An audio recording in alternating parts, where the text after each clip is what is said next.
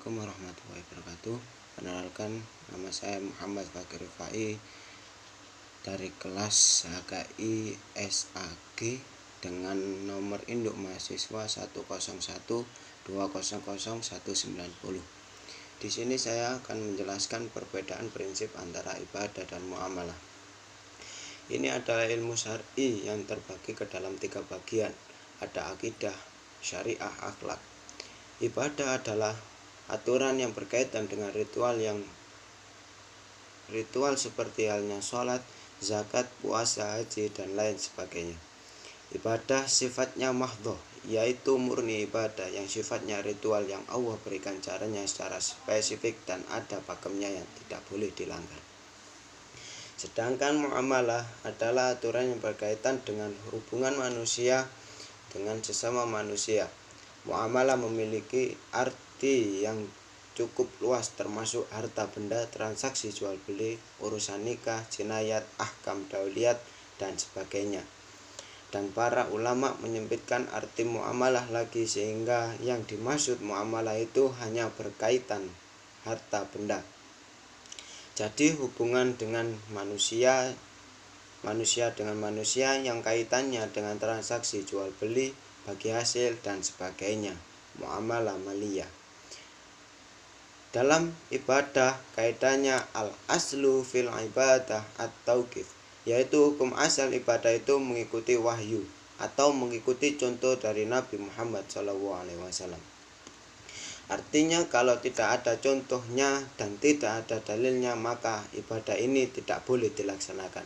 Misalnya, sholat subuh itu 2 rakaat, tapi karena kita baru bangun tidur, baru mandi, masih semangat, tanggung cuma 2 rakaat. Tambah deh 4 rakaat misalnya. Ya nggak bisa, karena ibadah dicontohkan sudah begitu. Sholat subuh dicontohkan oleh Nabi 2 rakaat. Tidak boleh kita berinovasi jadi 4 rakaat misalnya, itu tidak boleh. Tapi dalam fikih muamalah kebalikannya, kaitannya al-aslu fil muamalati al-hallu wal ibadah, bahwa hukum asal semuanya adalah boleh dan halal kecuali yang dilarang oleh wahyu, ada larangannya jelas, qat'i subut, qat'i dilalah, maka baru paham, baru haram. Tapi kalau tidak ada dalilnya yang jelas, maka hukum asalnya semuanya boleh kecuali haram, yaitu tadi perbedaan antara ibadah dan muamalah dalam kaidahnya. Biasanya dalam ibadah itu aturannya memang tidak bisa langsung dicerna oleh akal manusia atau tidak logis. Misalnya tadi salat subuh itu kan 2 rakaat, zuhur 4 rakaat, itu tidak ada alasannya. Tidak bisa kita bertanya kepada Allah, kenapa ya Allah salat subuh 2 rakaat? Allah ingin disembah seperti itu, ya begitu aturannya, karena tidak ada alasan yang logis. Tapi kalau muamalah itu orientasi maslahat illatukum, ada alasan rasional dibalik hukum-hukum itu dalam fikih muamalah. Contohnya, kenapa riba haram, kenapa judi haram, kenapa menipu itu haram dalam jual beli, itu adalah alasan rasionalnya. Jadi haram karena menghindari kemalasan kerja, menghindari tindakan spekulasi, merugikan orang lain sebagainya. Menipu dalam jual beli dilarang karena berpotensi ada pihak yang dirugikan, menimbulkan permusuhan antara penjual dan pembeli. Riba karena haram karena mengeksploitasi peminjam. Dan ini semua ada alasan hukumnya dibalik setiap hukum fikih muamalah. Tapi kalau ibadah tadi kebanyakan sifatnya ritual yang tidak bisa dicerna oleh logika.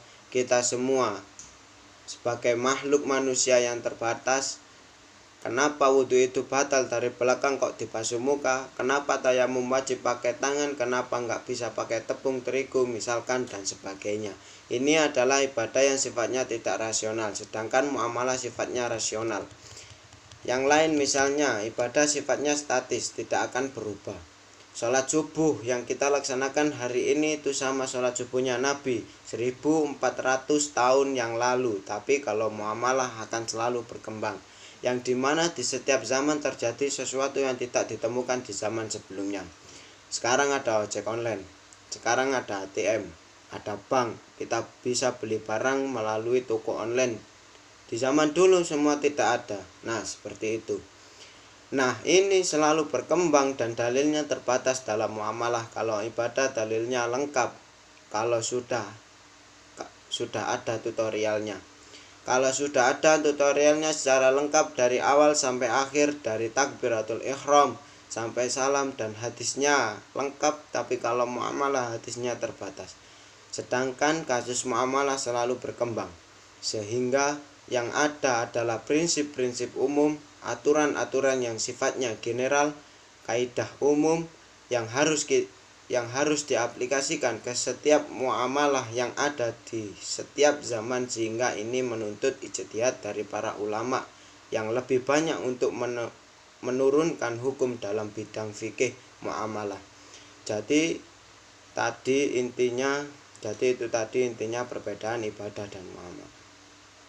Sekian dari saya. Wassalamualaikum warahmatullahi wabarakatuh.